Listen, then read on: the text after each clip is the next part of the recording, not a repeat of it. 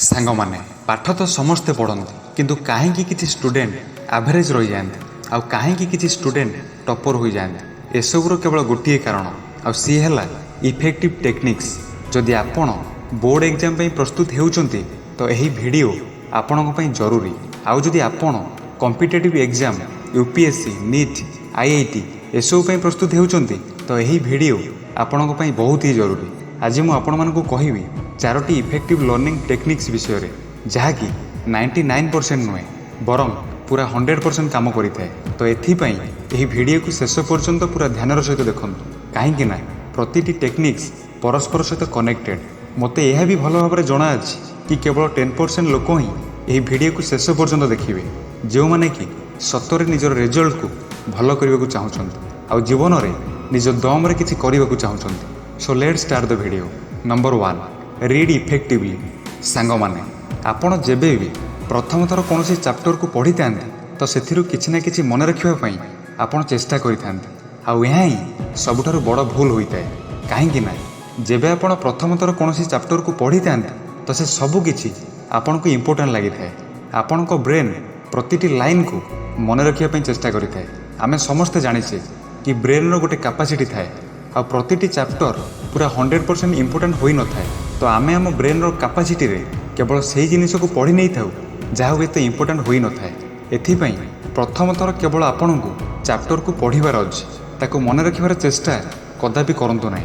जदि इम्पोर्टेंट जिनिस को मन रखार अच्छी तो सही चैप्टर को पढ़ा पूर्व प्रीवियस ईयर पेपर को निश्चय थे देखी नियंतु।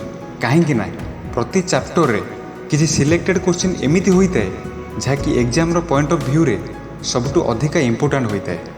जेबे आपण एमिति करिदेबे एहा परे जेबे आपण मन रखिया पई चेष्टा करिवे सेबे आपणकर भल भाव मन भी रहियो आ ता सहित आपण निजर टाइम को भी बंचई पारिबे। Number 2 active learning. सांग माने आपण कई थर या सुनिथिबे कि कही कही कि पढ़िले आपणकर पाठ जल्दी मन रहियो। आपण प्रतिटी लाइन को गोटे मंत्र परि जपि थांते आ बारंबार गोटे लाइन को कही कही कि मन रखिया पई चेष्टा करिथांते। हेले यही उपाय साइंटिफिकली बिल्कुल भूल होता है। जेबे भी आपण कौन सब्जेक्ट को मन रखा चेष्टा करेंगे से ही लाइन को अंडरलाइन करने आरंभ कर दिंतु जहाँकि आपण को इम्पोर्टेंट लगी था। इम्पोर्टेंट लाइन को सिलेक्ट करने पर आमको आम हिसाब से सही टॉपिक को बुझीबार अच्छी। एथिरे आपणकर दुईटी काम सहज हो। प्रथम जहाँ आपणकर लॉन्ग आंसर होता है ताकू आपण बहुत आराम रे मन रखिपारे। और द्वितीयटी है कॉम्पिटिटिव एग्जाम जेमिति कि यूपीएससी नीट आईआईटी एसएससी पई अधिक इनफॉरमेशन को आपण लंबा समय पर्यंत मन रखिपारे। एबे आपण को केवल गोटे जिनिसर ध्यान रखिबार अच्छी कि जेबे आपण रिविजन करिया पई बसिबे आपण को प्रत्येकटी लाइन को बारंबार पढ़िबार आवश्यकता ही नहीं। आपण को निजर इम्पोर्टेंट अंडरलाइन शब्द को देखिकी निज ब्रेन हिसाब रे मन रखिया चेष्टा करिबार अच्छी। होई पारे आपणकर बहुत कम मन रहिबो हेले सेथिरे कोनोसी भी असुविधा नहीं। बास आपण को निज ब्रेन रे प्रेशर देवार अच्छी जो कि आपणकर मेमोरी कनेक्शंस स्ट्रॉन्ग हेबो आ समय सहित आपण निज भितर बहुत अधिक इम्प्रूवमेंट होउथिबार देखिबाकू पाइबे। Number 3 smart revision. सांग माने सबुठु बड़ प्रॉब्लम एया कि जहाँ को आम पढ़ी कि मन रखी था ताहा एग्जाम समय पर्यंत पाखापाखि आम भूली जाइथाउ। आमे हमर ब्रेन रे लक्ष्य चेष्टा करिथाउ हेले ता परे भी ठीक समय रे किछि मने पड़े नाही। कोन आपण केबे भाबिचंती एमिति काहेकि होइता है?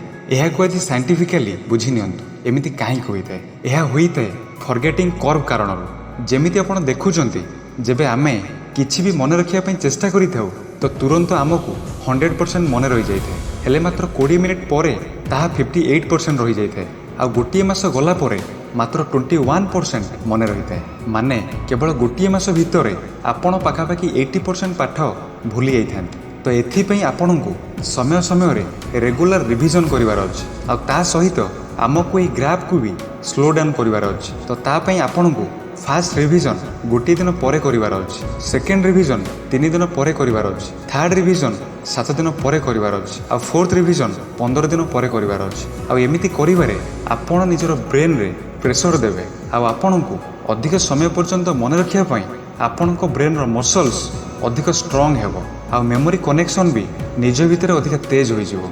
Number 4 healthy diet and proper sleep. सांग माने यह मैटर करे नाही कि आपण दिन रे पढ़ंदी बा राति रे पढ़ंदी जेबे आपण को भल लागिवो ଯେବେ ଆପଣଙ୍କୁ କମ୍ଫର୍ଟେବୁଲ୍ ଲାଗିବ ସେହି ସମୟରେ ଆପଣ ପଢ଼ିପାରିବେ।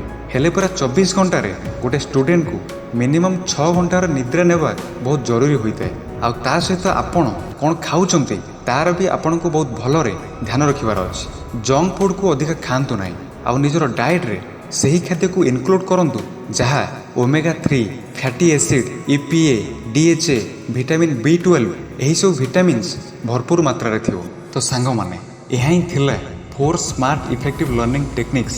ଯଦି ଆପଣମାନେ ଏହି ଟେକ୍ନିକ୍କୁ ନିଜ ଲାଇଫ୍ରେ ଆପ୍ଲାଏ କରିବେ ତ ଏହାର ବହୁତ ଭଲ ରେଜଲ୍ଟ ଆପଣମାନେ ପାଇପାରିବେ। Thank you for watching.